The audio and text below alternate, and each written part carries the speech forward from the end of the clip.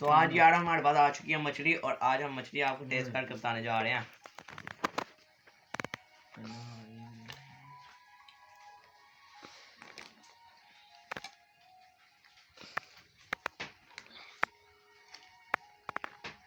full heavy मसाला लग गया है मतलब यार